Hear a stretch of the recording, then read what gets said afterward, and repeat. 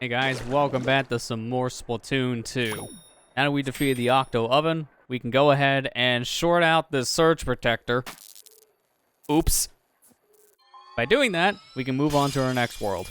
Wait a minute. You killed your oven so you can't cook, and then you just kill your power? What are you trying to prove here, mister? Are you trying to start a fire? You see, this is why you don't plug an oven into a surge protector. It don't work. Are you trying to start a fire, sir? What do you mean, trying? Oh no, he's burning down Octo Canyon. That'll clean up the mess, right? Just burn it down. The oven just lit the whole place on fire. It's like, yeah, this is probably why you have a fire extinguisher on standby. Yeah. I was gonna say, didn't you just pop those balloons not too long ago? Yeah, but I get more eggs for doing it again. I need as many eggs as I can get because this is how we upgrade our weapons and other things too. But look at how expensive everything is. 500 eggs just to unlock a bomb type and 2 Sardinium. You're gonna need to be grinding if you want all this stuff with these prices. For now, we can only afford one thing, the curling bombs. Great form of movement. Much better than those old seeker bombs there in Splatoon 1. Yeah. The curling bombs are always a classic to follow you, or to follow you in the ink with. Yeah. They're good for trailing. Yeah, it's a better version of what the Seekers were, because Seeker bombs were basically the same thing in Splatoon 1, but they followed an enemy when they found it and locked onto them. But sometimes that would be a deficit, so sometimes it would lock onto a thing and then drive straight into a wall. Not ideal. Curling bombs can bounce off of walls, and you can hold them to cook them, and by doing that, once you release it, it will explode faster. So it goes less time, but it will explode closer to where you're launching it. It could be really useful in a lot of situations.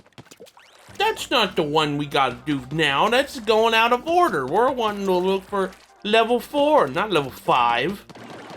For now, we might as well just look at everything, because at this point, we're just going to be unlocking the levels and then super jumping them, because it'll just be way easier and just faster going forward, too. Yeah. You just shoot this open, and then ignore it, come back on the map, and just super jump straight over. Speedrunner tactic, I get you. I don't want to swim. I don't No, want to work. that's just Sonic Ghost tactic right there. It's just called efficiency. Like I said, I told you before, Lester, when we were, just chatting about this game before.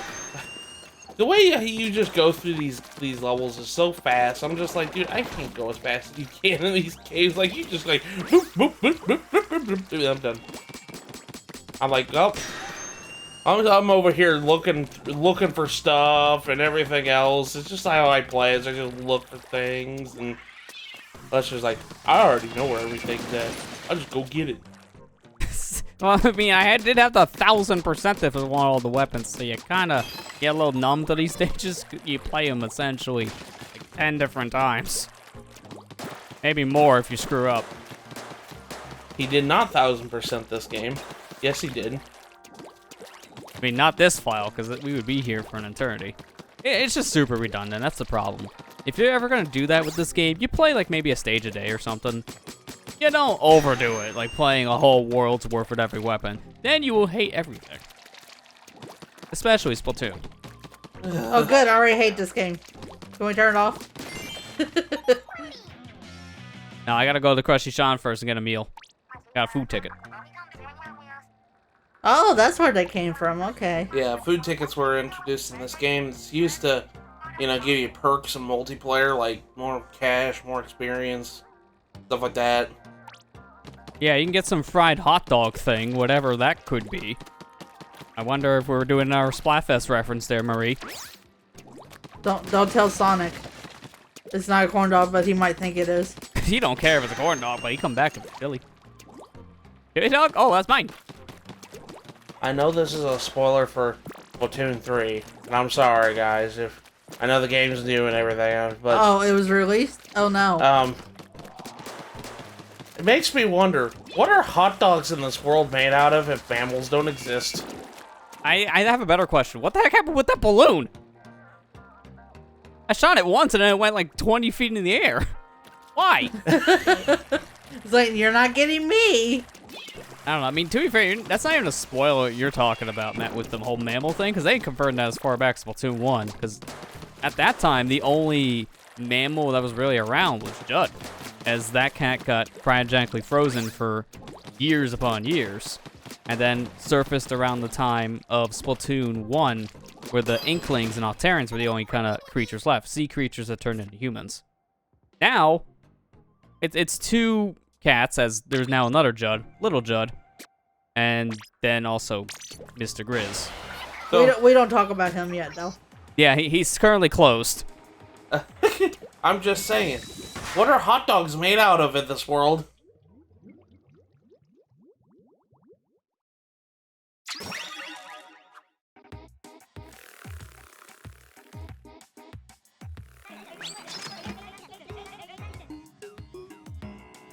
Oh yeah, we be rolling. This is a better roller than Splatoon 1 was, though, because this now, rollers had a new ability added to them, the vertical fling. So in Splatoon 1, anytime you use the roller and you press the shoot button, you do a fling, just like so. When you jumped, you did the exact same fling, that horizontal fling. In Splatoon 2, now when you jump, you do a vertical fling instead, which travels further, and in some ways does more damage too. This made rollers a much better class of weapon for Splatoon 2. Kind of a shame, though, it's just how certain abilities and specials were handled in Splatoon 2. You didn't see rollers used all that much after a certain point in the game's life. I don't care what anybody says, I love rollers. Yeah, I loved them ever since the freaking test fire of the first game. Oh, the test fire in the first game feels like they had more damage value than they ever did, because they're not as strong as that demo. That may also be a placebo. I think it might have been. I think it's just, yeah, like you said, a placebo effect. But, you know, I always thought that, you know, I think it also didn't help the fact that, you know, that demo was the first time people played the game. So it's just like they didn't know how to handle rollers. Yep. I want to say that also is a contributing factor. Also, at the time, we didn't really have many weapons even shown off for Splatoon, and there was like, what, maybe 4 weapon classes at that time. So you really didn't have that much to pick from, and at the time, rollers were considered the strongest weapon, because it was the only one that could one-shot opponents.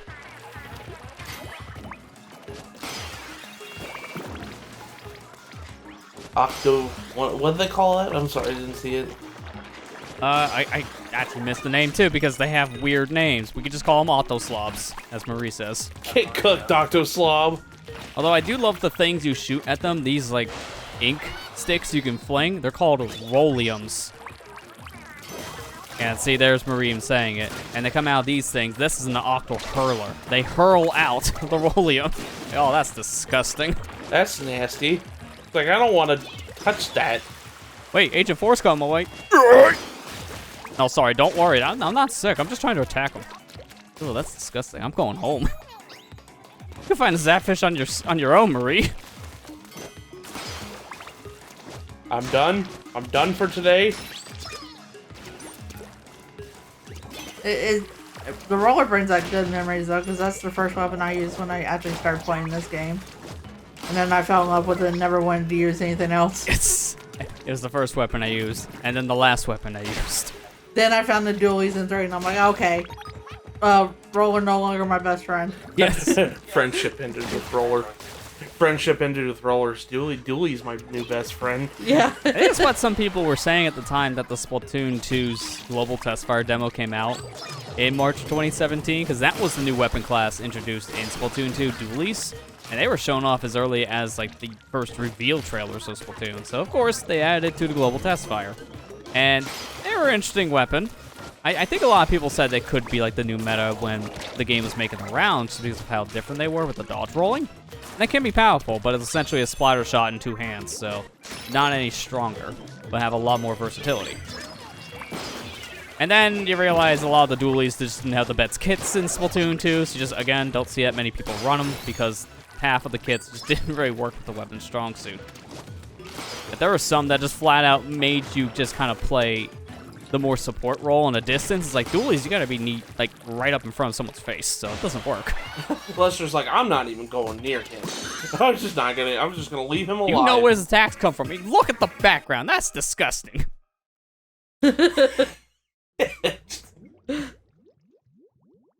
But no, I like the dualies though, cause I don't know, they're easier to play with in my opinion.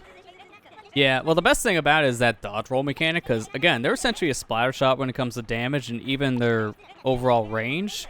But one tap of the button, and you'll just dodge out of the way, depending what direction you're holding, which makes them very defensive, but still very offensive.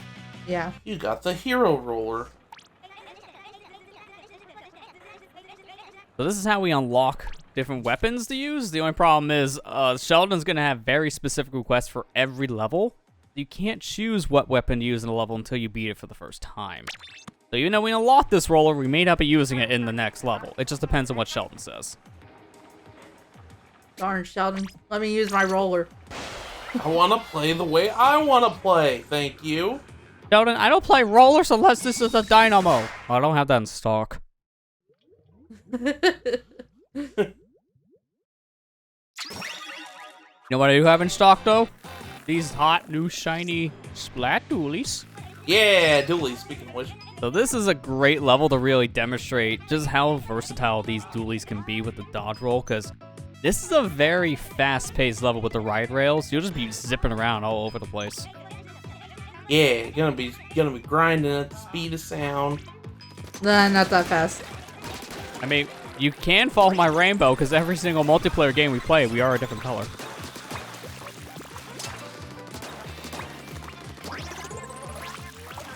One thing I love with ride rails and dualies is that you can just dash into them and immediately start moving. Make sure you activate the ride rail before doing that, because you could probably just dash off the edge like an idiot. Raise his hand. Done it. Sad to say, it happens. True story, bro. Are you also one of those people that jump in the water on purpose? Sometimes you gotta just wash off the bad. Doesn't always work, though. Yes, because you die. Yes, and that's how bad you are. You gotta keep on doing it. Never comes off.